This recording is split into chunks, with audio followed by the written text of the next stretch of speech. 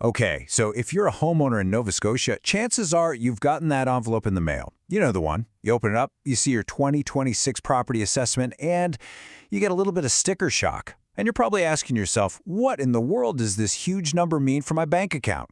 Well, don't worry. We're going to break it all down. First, let's look at the big picture. For the very first time, the total value of all property in Nova Scotia has rocketed past the $200 billion mark. We're talking $206.3 billion. That is a massive 8% jump in just 1 year, all thanks to a real estate market that has been, well, red hot. And that, of course, leads to the million-dollar question, right? If my home's value on paper jumped by, say, 10%, does that mean my tax bill is going to jump by 10% too? Well, you might be surprised to hear this, but for most homeowners, the answer is a pretty clear no, and we're about to find out why. To get to that why, we really need to dig into what that assessment notice is actually telling you. Because believe me, it is not as simple as, here's what your house is worth today. See, the province uses something called mass appraisal. And what's wild about this is that it's basically a snapshot in time. It's an estimate of what your property might have sold for on a specific day in the past. This is so important because it means your assessment isn't reflecting what your home is worth right now, this minute. And here are those dates. Your 2026 assessment, it's based on market conditions all the way back on January 1st, 2025. Yeah, over a year ago. The physical condition of your house is noted as of December 1st, 2025. And hey, pay close attention to that last date, February 12th. That's your appeal deadline. If you think they got something wrong, you've got to move fast. Okay, so here is the absolute key to understanding all of this. Your notice has two different numbers. Think of the assessed value as the big sticker price on a car, but the taxable assessment, that's the number they actually use to figure out what you owe. And for most of us, that second number is a whole lot smaller. So what's this magic that turns a big, scary market value into a much more manageable tax bill? Well, it all comes down to a program that acts like a powerful shield for homeowners. It's called the Capped Assessment Program, or CAP for short, and it does exactly what it sounds like. It puts a strict limit on how much your taxable value, not the market value, the taxable value can go up each year, no matter what the crazy real estate market is doing. So even if homes in your neighborhood are selling for 20% more, the CAP says, nope, your taxable value can't jump that high. And just look at how many people this helps. A whopping 72% of residential properties in the province are covered by this cap. That's over 416,000 homeowners who are shielded from those huge sudden spikes in their property taxes. Chances are this includes you.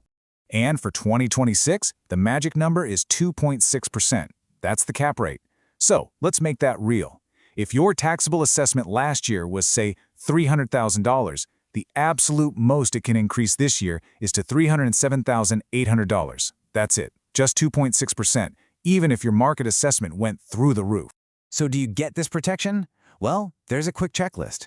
You generally have to be a Nova Scotia resident who owns at least half the property. It needs to be a residential spot with 3 or fewer units, and you had to have owned it for at least a year. Now, listen up, because this is a huge deal for anyone thinking about buying or selling a home. When a property with a cap on it is sold, that protection goes away. It resets to the full market value for the new owner. So, if you're buying, you need to budget for a potentially much higher tax bill. And if you're selling, it's something you definitely need to be aware of. All right, so we've got the first piece of the puzzle sorted out, your taxable assessment. But that's only half the story. To figure out your final tax bill, you need one more piece. It's really just simple math. You take your taxable assessment, the number that the province figures out and is likely protected by the cap, and you multiply it by the municipal tax rate. And that second number, that's decided by your local town or city. So while the province gives you one number, it's your local municipal council that decides the other.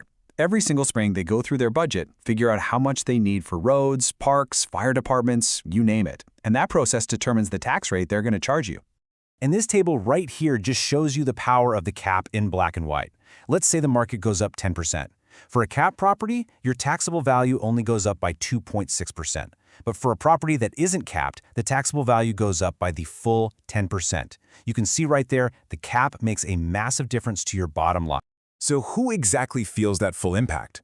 Well, it's usually people who just bought their home, commercial properties, and some apartment buildings. The cap is really designed to protect long-term homeowners from that market whiplash. And hey, if you did just buy your home, don't worry, the cap will kick in for you next year. Okay, so you've got all this info now. You understand what the numbers mean. So what do you actually do? Here is a super simple game plan for when you get that notice. First things first, really read that notice. Find both numbers, the big market value and the smaller capped taxable value. Step 2, check the details. Is the square footage right? Do they have the right number of bathrooms? A tiny mistake there can make a big difference.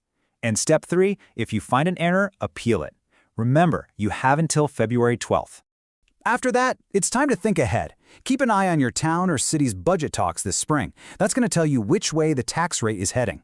And of course, if you're even thinking about moving, keep that cap reset in the front of your mind. It's a game changer for both buyers and sellers. So if there's one thing you take away from all this, let it be this. Don't panic when you see that big number on your assessment. That sticker price is not the whole story. For most of us, that protective cap shield is firmly in place. So, the province has played its card. Your assessment is set. The next move belongs to your local municipality. What will they do with their tax rate? That's the question every single homeowner in Nova Scotia should be asking this spring.